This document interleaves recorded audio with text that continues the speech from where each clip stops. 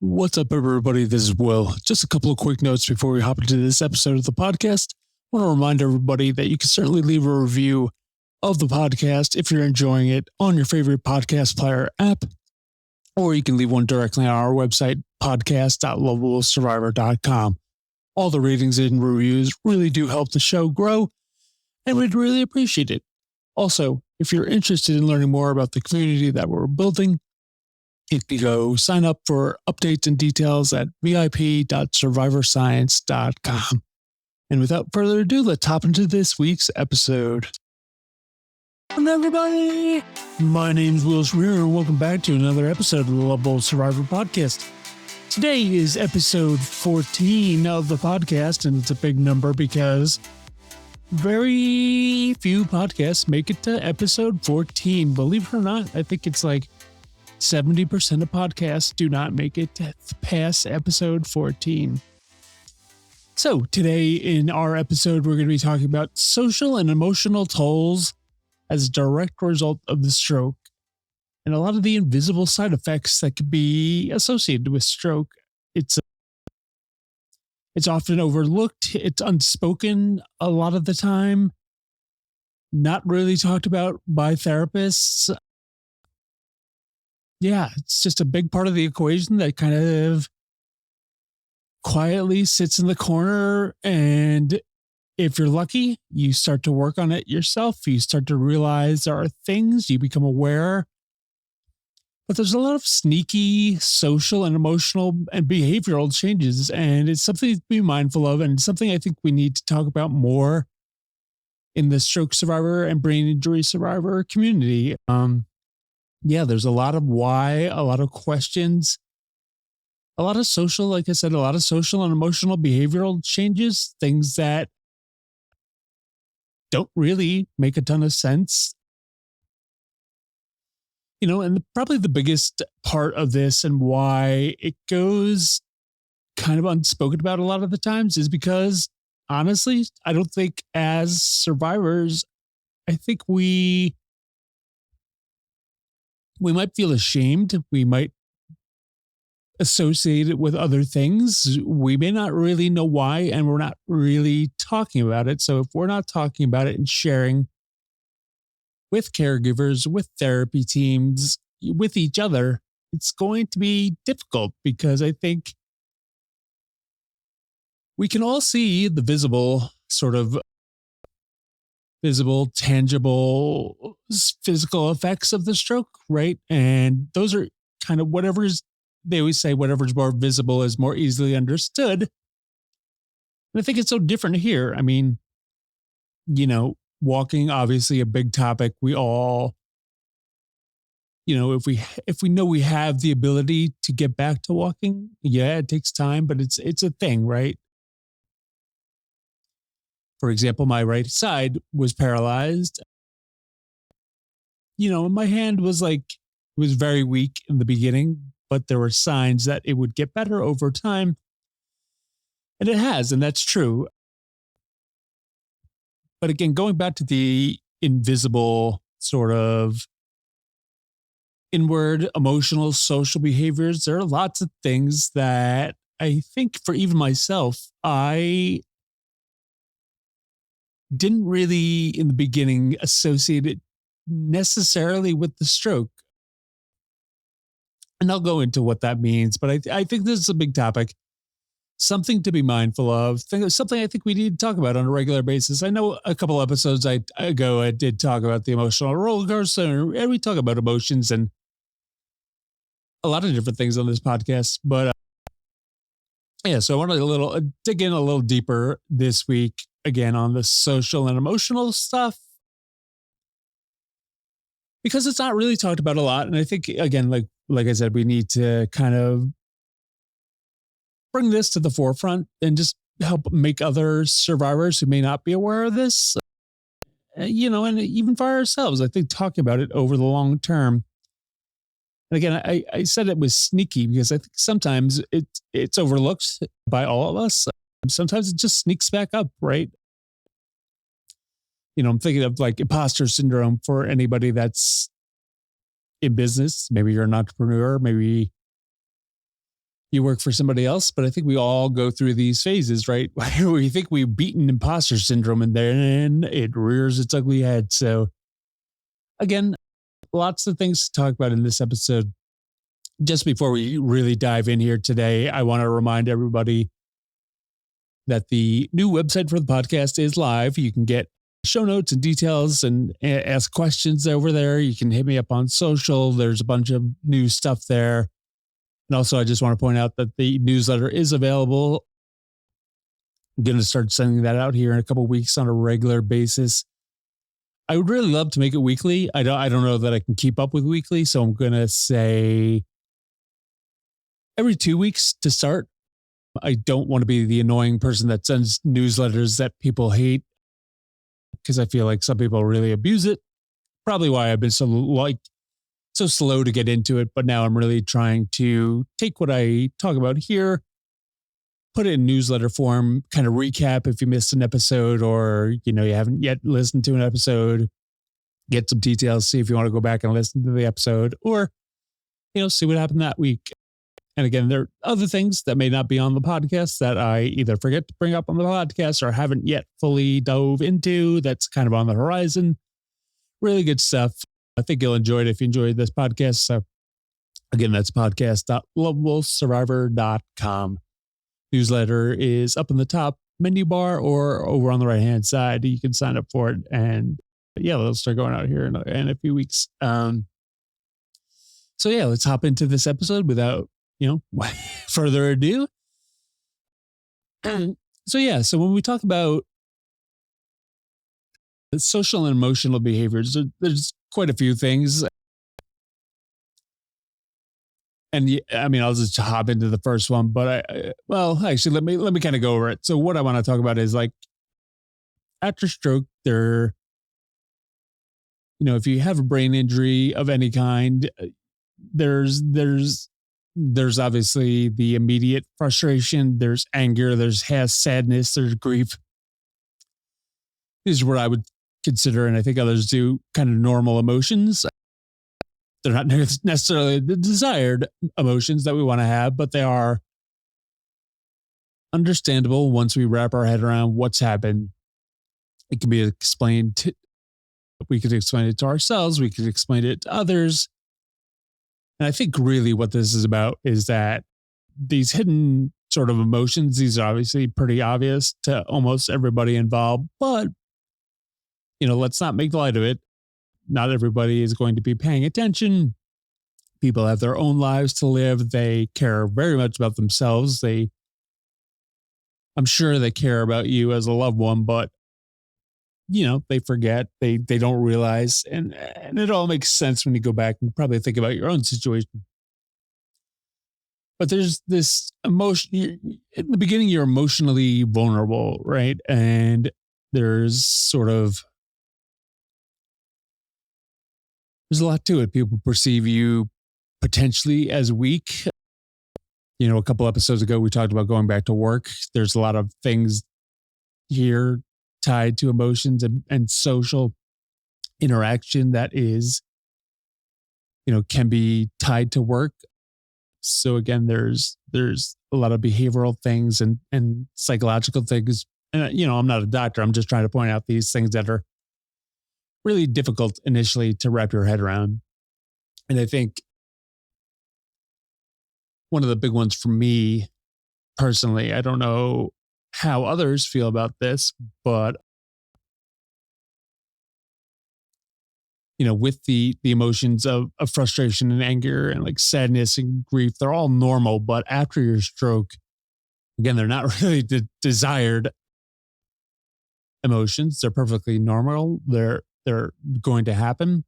Obviously, you've had a stroke, whether you realize or not. This is a major life event. Most people will never understand this, will not have one, thankfully. So there's just a lot of it's almost overwhelming, the amount of emotions that you are feeling. And it's perfectly normal to feel overwhelmed and justifiable and rightfully so. I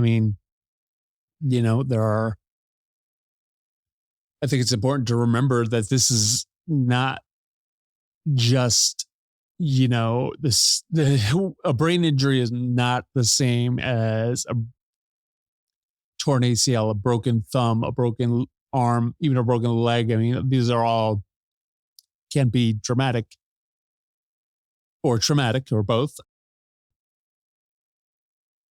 but they're definitely not the same as a brain injury. And with that, I think people often forget that because there's actual damage to the brain, there's going to be changes that you're going to go through.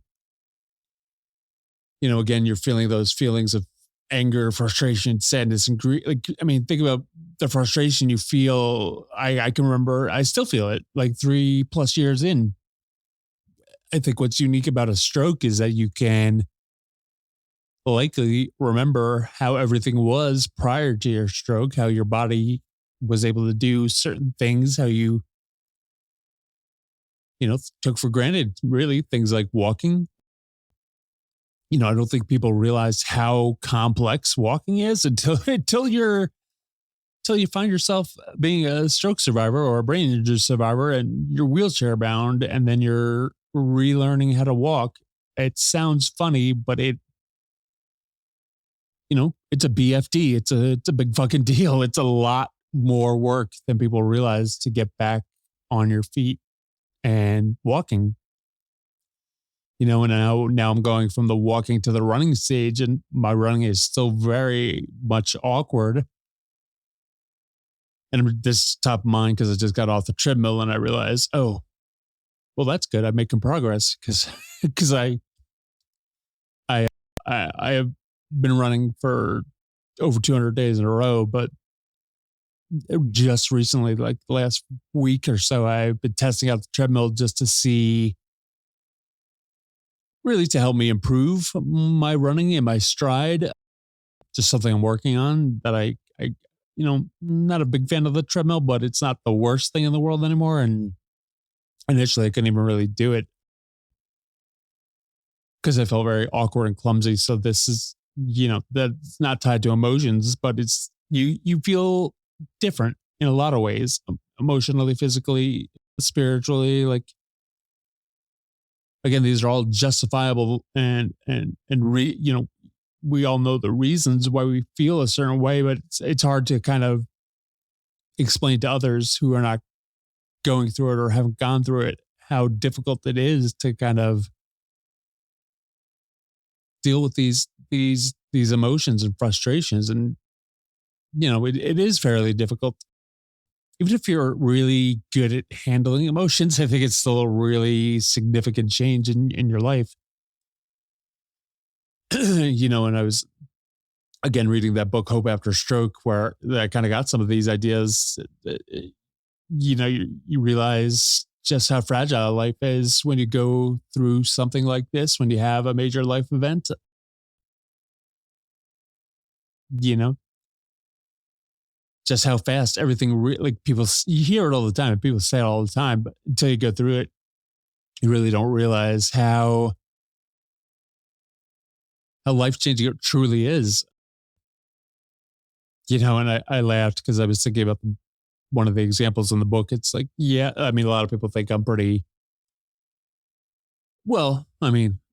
stoic, but also like not, which I know sounds weird, but I can be kind of both. But sometimes in the face of something difficult, I can seem almost like I don't care, but really inside I'm thinking a ton of things. I just don't outwardly project it as much.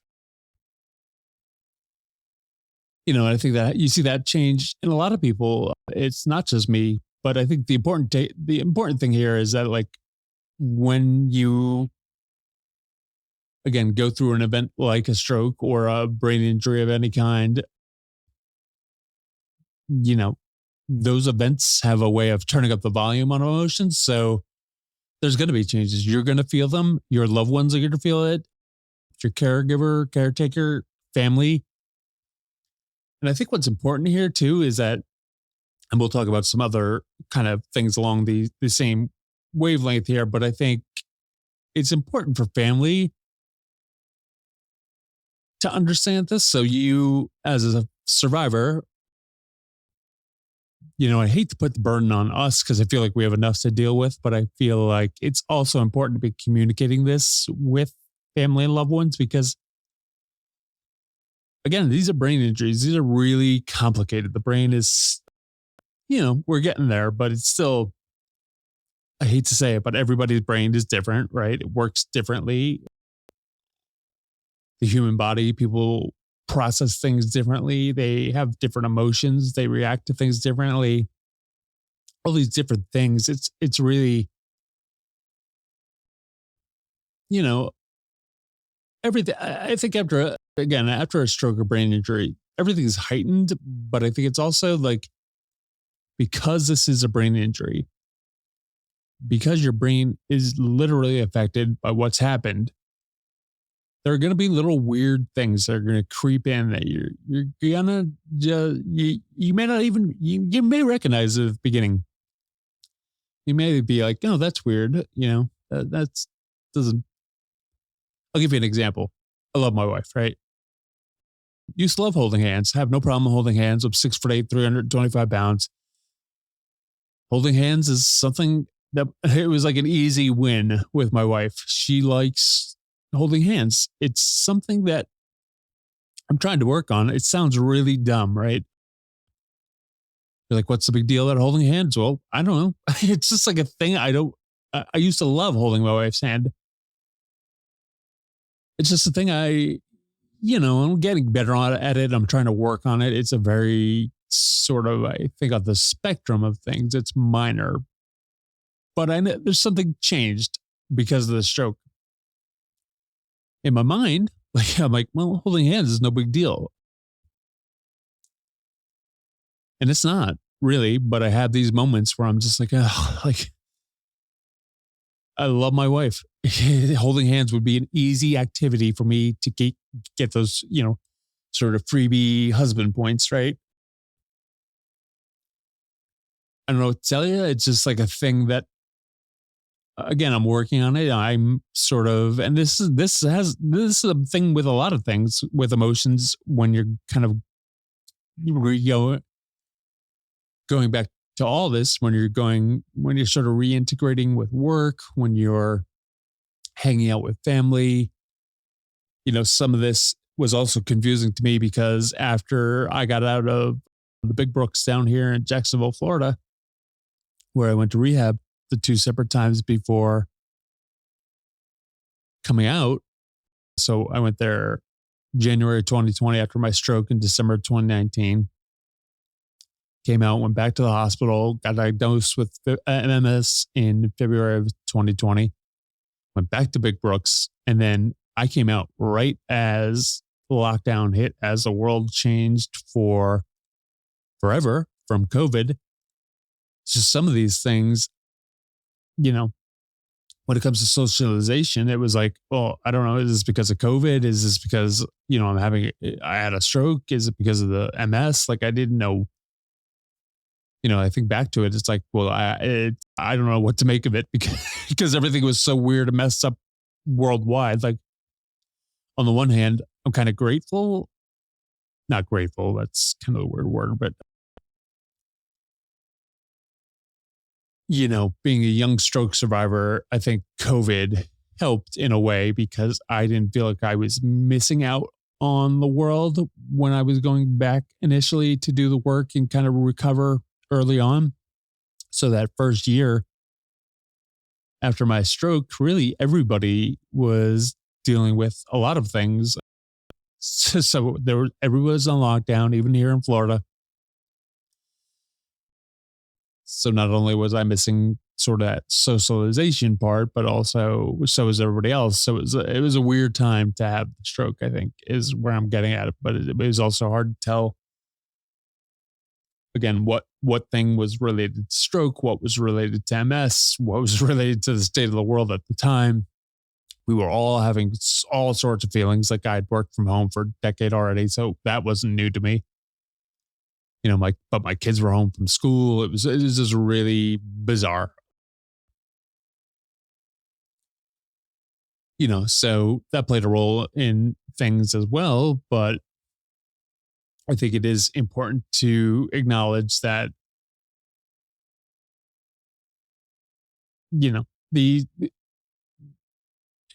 there's a lot going on after the stroke. So, and I think another thing, and I've realized this a lot too, not just those emotions, but also one of the things I want to talk about is like when you're going back into the world after stroke and you're kind of meeting with family. I think I was getting there, but everybody's different, but I think it's important to also slowly do that, you know, because I think overstimulation is something that is a big thing that I didn't realize. But after thinking about it, it makes a ton of sense because sometimes for me, and I'm sure others, you know, crowds are difficult for me to deal with sometimes now. And and that this is where the confusion comes in because I was blaming a lot of things of being an introvert, which I am, but generally crowds in the past haven't bothered me. I'm a big guy. Usually a foot taller than most of the crowd. So it wasn't that big a deal, but you know, crowds are still annoying, right? In general, whether you are a stroke or brain injuries or not, they're, yeah, it can be a little overwhelming at times. And I think, again, I attributed that to other things like being an introvert, just not really loving crowds. But also, I think that is very much related to stroke. There are things where, again, another one where I wasn't sure if it was my house and my kids or if it was related to stroke, but volume of things can be overstimulating, overwhelming. Lights, especially. But I also struggled with like I said, was this introversion? Was this me just being neurodiverse? Am I neurodiverse now that I'm a stroke survivor? Probably yes. Also, could it be ADHD? Like, it could be, and I think that's still TBD, but like you see where these things kind of cross over and could be really confusing. And it's hard for even doctors to diagnose and really get into it. But I think if you have these concerns, it's important to talk about it. It's important to bring up because I will tell you, as time has gone on, and I did ask my neurologist about ADHD because I really thought that might be the case,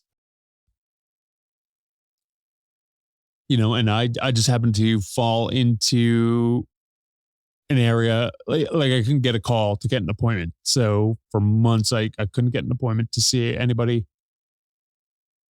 And it wound up being that over time, with some work on my end, like breathing, like I've talked about a million times, breathing really helps in a lot of these situations. It also helps a ton with anxiety, which is probably something many stroke survivors, I mean, they say like a third. Again, I don't know who's doing this research or where these numbers come from half the time. But let's take it for what it is because the number is not really important. It's just that you may experience anxiety after surviving a stroke. Again, this is a drastically different in most cases. Obviously, everybody's going to have different starting points after their stroke. You may have a lot of deficits. You may have not a lot, hopefully, but some may be physical, some might be more emotional. It just depends where in the brain your stroke happened. There's a lot of factors. There are people that are perfectly healthy. Actually, somebody I just realized I guess I just became aware of it. Michael Johnson from the 1996 U.S. track and field team. And realized he had a stroke about 5 years ago. So yeah, I mean, talk about the very definition of health and peak and fitness. Like, it sounds corny as hell, but anybody at any point could have a stroke. That's why it's so important to talk about these things. And I think it's even more important again, like I said, I mean, it's hard to determine what's the most important thing all the time, but I think as you get better, physically,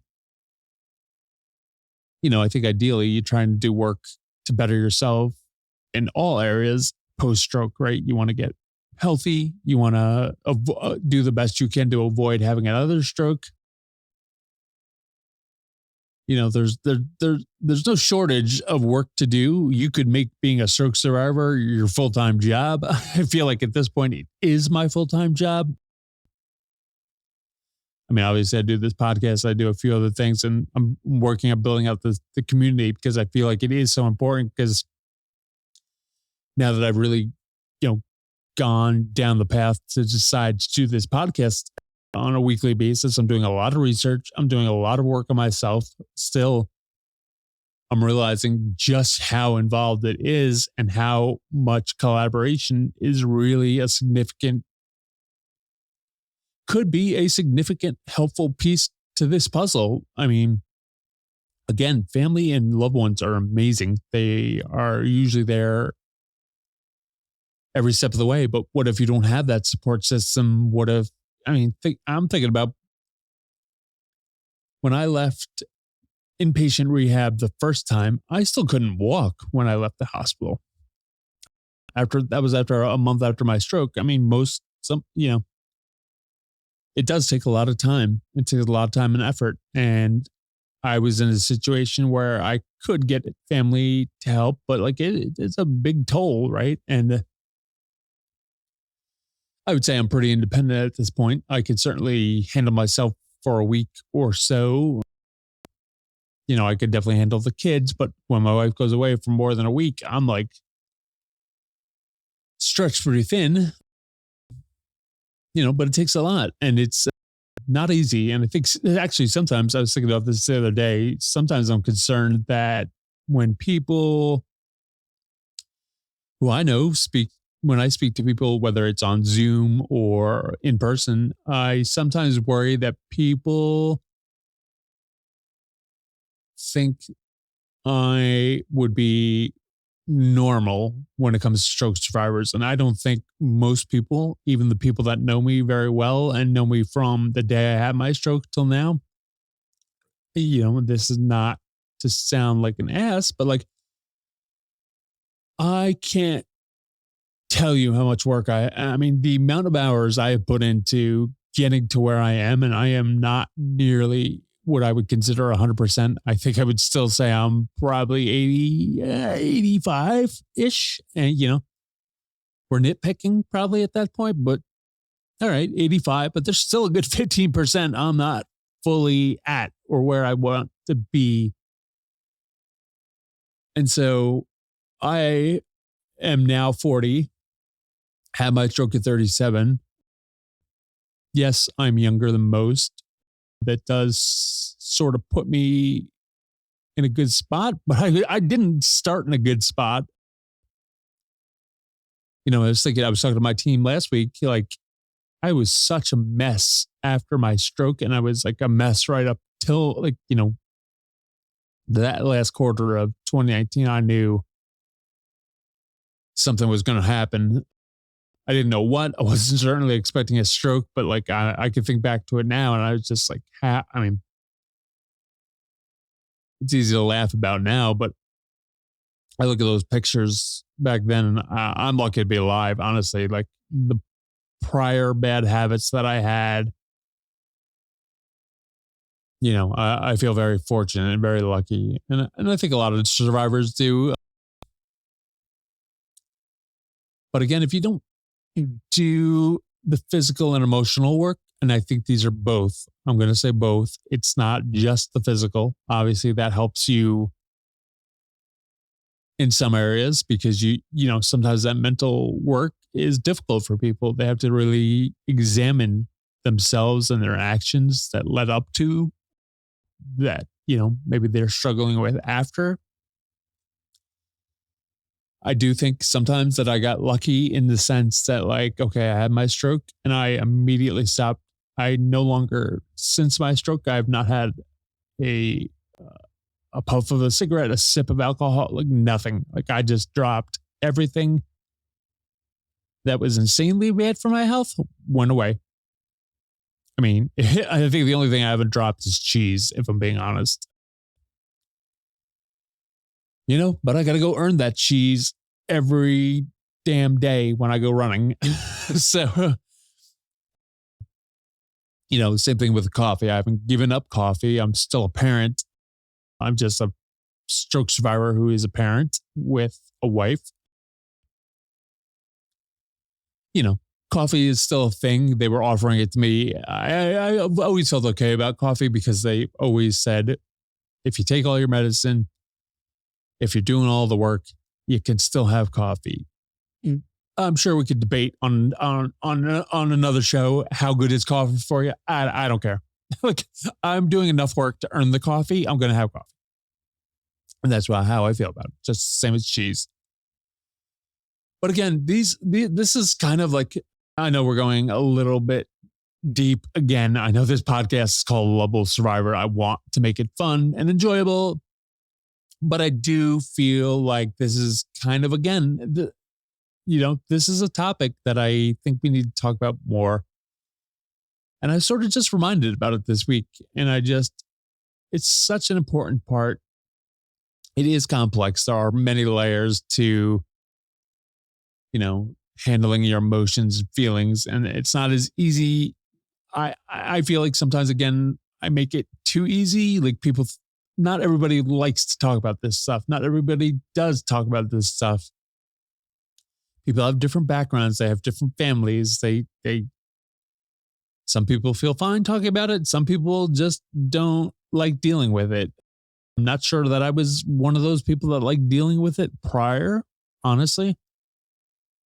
I think a lot has changed as a result of my stroke. I sort of, I decided early on that I was going to come clean about the things I had done wrongly, like things I wasn't doing right, the alcohol, the cigarettes. I mean, people knew I smoked cigarettes, and people knew I drank. It's just they didn't realize how much, But I feel like owning it is part of my process. You might have a different feeling. That's okay. Everybody is, I'm just advocating to do what you feel is best for you. And at least even if you're not ready to be honest and come clean with your family and loved ones, at least come clean to yourself, because you have been given this second chance as a survivor. Of course, it's not going to happen overnight. It takes time, but I feel like starting to talk about things again, especially with these cognitive challenges that you might be having and these emotional and psychological issues, like I feel like it can be confusing for you. It can be confusing for family. It can be confusing for a wife or a husband, a loved one, a partner. You just, what I like about this, again, going back to the book, Hope After Stroke, what I like about it is that it is important for, my wife puts in a ton of work helping me still. I'm pretty good now. I'm pretty self-sufficient, but there are still things, and she's very important to me. And I think anybody that's important to you, whether it's a child, a husband, wife, partner, whatever, they may not know some of this. You may not know some of this. So I think it is something to be aware of. It's something to, you don't have to spend tons of time on it, but I think it is important to talk about it. It is important to realize these things, because again, and I'm thinking back to one more thing, which kind of isn't really tied to emotions and psychological issues, but it is tied to some cognitive challenges.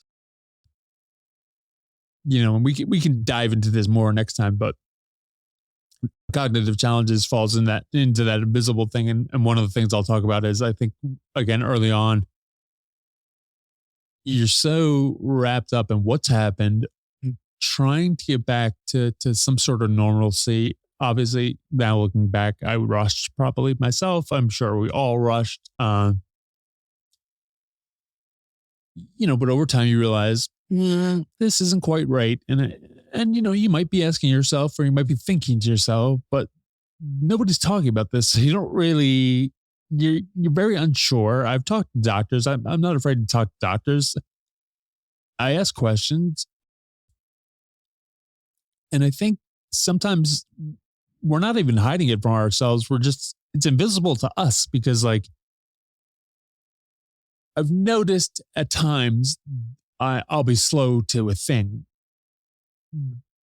And I'm aware that the stroke is probably why it's slower, but it wasn't always that way. So it's confusing, is all I'm saying. I think it's really hard too, especially if you're somebody that's going back to work, or you're a social person, you're driving, you're doing these things. It does take practice, and it does take time, and it takes a lot of self-awareness. And I think it takes a lot of being kind to yourself, because I think there's no reason that you can't get back to where you used to be. But I do think it takes time, and I think you need to be aware of it, because of something. I'll give you another good example. I used to have like 3 screens. After my stroke, I went back to 1 screen. I only worked on a laptop, and I looked right at that laptop. Over time, I've added more screens, but I still realize now I can't have like 17 screens. I can only have, I'm up to 2. I did try 3 last year. It was a little much. So, but also that this is just an example. Like it's really hard with these, just like the physical, but like the physical is pretty obvious. You can either walk or you can't. You can either run or you can't. And it's more obvious what the steps are to continue to work to that. Whereas emotional and psychological and cognitively, it's even more confusing, but it's very much the same. It's like, you used to go this speed. Everything else seems pretty okay. Like, I would say, making decisions, I'm as decisive as I've ever been. I'm okay with the decisions I made. Problem solving generally seems as good, if not better. But then, like, sometimes I have a little bit of trouble paying attention.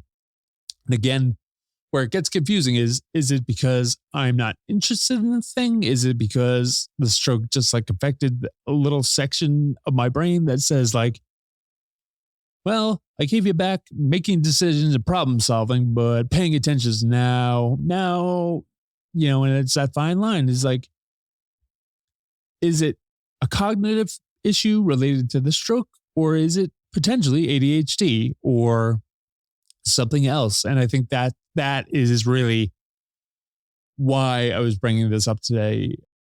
I mean, not the main reason. I just feel like that's a good example of why you need to be so aware of these changes within yourself, and talk to your doctors, talk to your partner, talk to your wife, husband, spouse, whatever, friends and family. Like, I think the goal here is to be aware of these invisible issues, and like everything else, make a list and, try your best to go through it.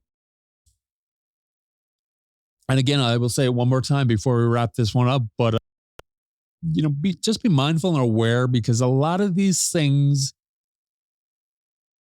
these invisible things, and we'll talk more about it because I think there's a few other things we could talk about with invisible issues, like sensory changes, communication difficulties, spatial issues, executive dysfunction. The list goes on. There's no shortage of invisible. So I think, yeah, just keep these in mind, and realize, ask questions, ask yourself, ask others, talk to the medical professionals, see what they say. Even if they can't diagnose it, they might be able to point you in the right direction.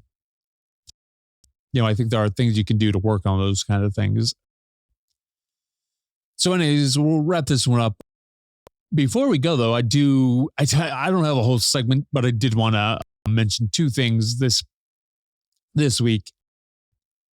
So if you made it this far, thanks for sticking with me. I think this is really, again, like I said, a super important topic. Emotions, perceived weaknesses, overstimulation, all these things, anxiety, and knowing the why and the what and the reasoning behind, and just being aware that these may be temporary and they might be long term. And, you have to sort of assess that the same way you assess physical deficits post stroke. So something to be mindful of. But I do want to recommend, if you are a fan of Netflix, and I think pretty much everybody has Netflix at this point, season 7 of Working Moms just came out.